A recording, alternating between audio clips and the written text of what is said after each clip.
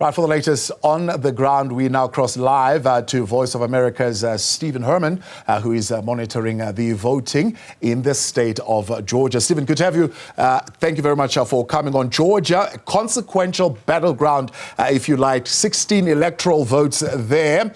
What has brought this particular state into the fore of the national politics? It would not have been the case previously, even for Republicans or Democrats. Well, Georgia has been slowly turning from red to blue, so to speak. For example, 4 years ago, we saw two U.S. senators who were Democrats elected in the state of Georgia. I'm in Gwinnett County, which is very typical of the diversity in the southeastern United States. This is an area where white people now make up just about 30% of the county's population, Hispanic population, Asian American, for example, really a diverse area. And that is what could make the difference here if this election is very, very close. You've got some dynamic political voices there in the likes of Stacey Abrams for the Democrats, Marjorie Taylor Greene for the Republicans. How are they swaying voters, and how well is their messaging being received? Well, I don't know that any voters in Georgia are really being swayed. It seems that people, with very few exceptions, have made up their minds a long time ago. What this has been all about since early voting began in Georgia, which ended a few days ago, is get out the vote on election day.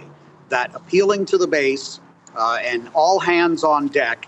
And that's what Georgia is all about. And that's a similar situation in other states, too. But as you mentioned, Georgia with 16 electoral votes, North Carolina has 16, and Pennsylvania 19. So besides Pennsylvania, Georgia and North Carolina is really where it's rich in electoral votes. The rift between the Make America Great loyalists and the conventional conservatives, if you like, many saying it's a microcosm of what is happening nationally. How much is that playing out? Well, if you're talking about split in the Republican Party, almost everybody in that party has gotten in line with the MAGA movement. It's basically Donald Trump's party.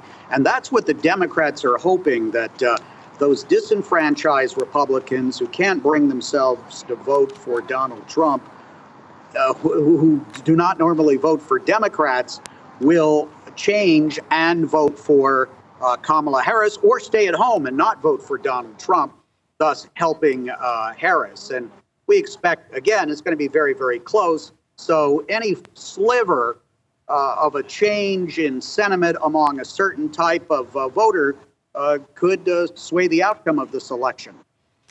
Talking about that sentiment, how much is the Roe versus Wade outcome of 2022 critical to what people would be putting on that ballot? And we know that, of course, both Kamala Harris and Donald Trump would have campaigned quite extensively on issues of healthcare, with different emphasis, of course. That is probably the thing that the Harris campaign has played up more than any other issue in the last couple of months. And there's good reason for them to do that, because what we have seen in states that have, say, Republican governors or Republican U.S. senators, that when these abortion reproductive rights initiatives have been on the ballot, appealing more to the liberal side of the issue, that those issues have won in states such as, say, Kansas or Ohio. And so playing that issue, the Harris campaign and the Democrats believe, will help sway some of the voters over to their side. We'll find out if that actually works. Of course, Joe Biden defeated Donald Trump with some 12,000 votes in the last elections. The Republicans have made a big push for early voting. Do you think it's difficult now because of that push to tell in the early votes where things are going to swing? Well, I like to say before Election Day, everybody's focusing on the early voting results and trying to break it down by party or independents and trying to read the tea leaves in that. What we do know in places like here in Georgia and other states, there has been a record amount of early voting, but we're also expecting a record amount on election day as well.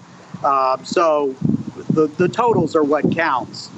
And the one thing that will be interesting is, for example, here in Gwinnett County, Georgia, right at 7 o'clock when the polls are supposed to close, at the Election Commission headquarters, they will push the button on the tabulator machines, and we will get those mail-in ballots and those early votes coming out very, very quickly. And that could be a very early indication of what is the trend in the election, not only in Georgia, but in the country as well.